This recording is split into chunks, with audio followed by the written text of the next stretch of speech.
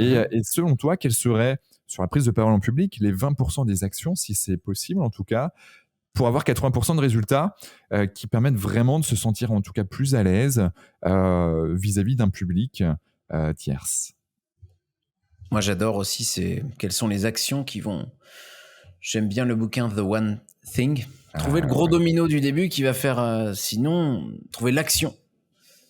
Moi, je dis souvent, s'il y avait 2 objets à emporter sur l'île déserte de la prise de parole en public, il y aurait un objectif engageant. Okay. Et en 2, des silences. Avec respiration dedans. Parce qu'un silence sans respiration, ça peut faire un peu flipper. Donc un objectif engageant et des silences. Alors toute cette symbolique, un objectif engageant, qu'est-ce que c'est ? C'est un peu subjectif. On accepte de ne pas plaire à tout le monde. Au lieu de « Bonjour, je vais vous présenter les chiffres trimestriels », ça peut être « Bonjour, je vais vous prouver en quoi connaître les chiffres trimestriels est vital pour votre métier ».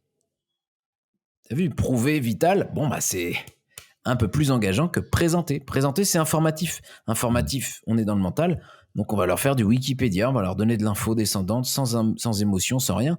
Évidemment que ça va pas marcher. Parfois, on me dit « Oui, c'est mon sujet qui est chiant ». Ah bon, ton sujet, il est très bien. Utilise-toi. Ouais, si tu te dis « Ah, mais je présente la loi fiscale », tu peux l'utiliser.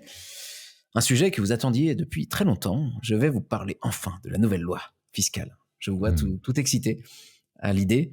Alors, c'est vrai qu'il y a certains métiers qui feront que les structures de personnalité seront un peu plus sérieuses, un peu plus responsables. Maintenant, je le répète, nous avons toutes et tous ces 6 facettes.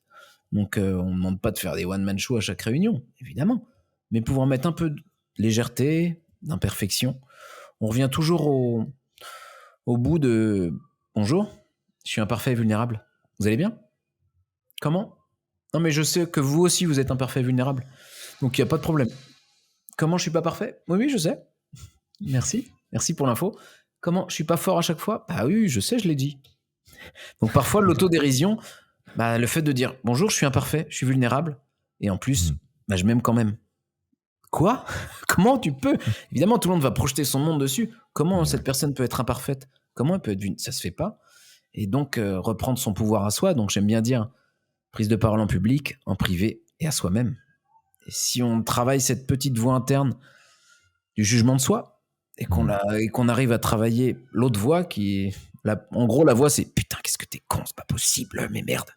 Travailler l'autre voix, « t'es en train d'apprendre, c'est OK, tu es sur ton chemin ». Et c'est le paradoxe de ce côté compétent, c'est qu'on sait que plus on sait qu'on ne sait rien. Donc vraiment, le driver soit parfait notamment, j'ai de la valeur si je suis parfait. C'est hyper compliqué parce que la perfection étant une illusion, la personne n'aura jamais de valeur. Bah ouais, puisque la perfection n'existe pas. C'est tout le paradoxe. Donc tu as des gens qui font des choses exceptionnelles qui n'ont pas confiance en elles. Évidemment, puisque la confiance elle sera conditionnelle à la perfection. Mais j'ai une mauvaise nouvelle. C'est que la perfection n'existe pas chez les humains. Alors, on peut aussi dire l'imperfection est parfaite. Et je suis tout à fait d'accord avec ça. Mais quand on a compris que d'aller chercher plutôt l'excellence que la perfection, là, on a gagné beaucoup. Se dire, OK, je vais aller chercher 84% d'efficacité en 3 heures plutôt que 93% d'efficacité en 9 heures. Et souvent, c'est vraiment le paradoxe, en plus, dans ce côté perfectionniste, c'est qu'il y a un besoin de structuration du temps qui est très fort.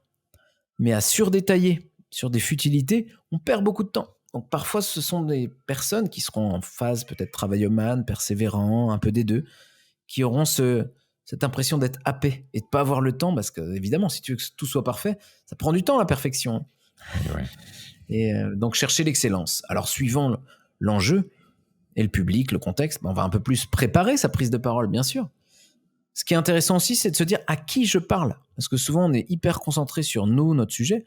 Tiens, à qui tu vas parler là ? Ils sont dans quel état émotionnel en ce moment ? Qu'est-ce que tu veux qu'ils pensent, qu'ils sachent, qu'ils fassent, qu'ils ressentent après ta prise de parole ? Quand tu vas donner cet argument-là, qu'est-ce qu'ils vont répondre ?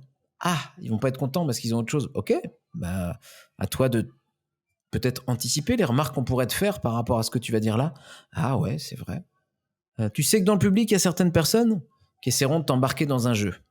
Ce sont des jeux psychologiques liés aux étages. Quelqu'un qui est en face de moi, qui est en phase persévérant, pourra peut-être me dire, honnêtement, Richard, ce serait pas mieux de faire cet exercice ? Moi, je sais, quand j'entends ça, je sais que c'est un driver soit parfait pour moi, de l'étage persévérant. Donc, je vais pas le prendre personnellement. Je vais pas rentrer dans son jeu. Tu veux jouer à un jeu qui essaie de me dire j'ai de la valeur si je suis parfait ? Moi, je sais que j'ai de la valeur même si je suis pas parfait. Donc, je joue pas à ton jeu. Tu vois le truc ? Donc là, le but, c'est de lui envoyer son besoin de reconnaissance pour les opinions. On peut même lui envoyer un canal interrogatif par-dessus. Donc, ça ferait... Honnêtement, Richard, ce serait pas mieux de faire cet exercice ? Eh bien, quand j'ai construit cet atelier, j'ai considéré que c'était un exercice très intéressant. Selon toi, quel aurait été un autre exercice pertinent ? En gros, je lui donne son besoin de reconnaissance pour les opinions. Moi, j'affirme mes opinions dans une position de vie qu'on appelle plus. Une position de vie plus, c'est j'ai de la valeur, tu as de la valeur. Une position de vie plus-moins, c'est j'ai de la valeur et toi un peu moins. Position de vie plus-moins, ça peut être par exemple... Bon, décidément, il n'y a que moi qui suis compétent ici. Allez, donnez-moi le travail. Ça, c'est du plus-moins. Ça, c'est une séquence de stress dans l'étage travailleman ou analyseur. Donc, il y a la position de vie moins plus. J'ai pas de valeur, l'autre a de la valeur. Ça, c'est un peu plus dans l'étage empathique sous stress intense ou l'étage rêveur, imagineur sous stress intense. C'est une position de vie. Donc, c'est un peu... Oh, qu'est-ce que je suis nul, mais ouais, t'as raison, pardon. C'est d'où le côté, et un peu s'excuser dans le driver fait plaisir. Tu vois, tout est lié. C'est vraiment une pelote, la ProcessCom. C'est dès que tu tires sur le driver, il y a tout qui vient derrière. Et moi, en général, j'entraîne les personnes à repérer déjà bien les drivers, déjà chez soi. Parce que c'est comme ça qu'on commence. Il y a à bosser, très général. Ouais, il y a à bosser. Donc, plus parler en pleine conscience. Des fois, il y a... c'est vraiment... s'écouter au maximum pour se connaître un peu mieux et on aura déjà beaucoup de réponses sur le comportement des autres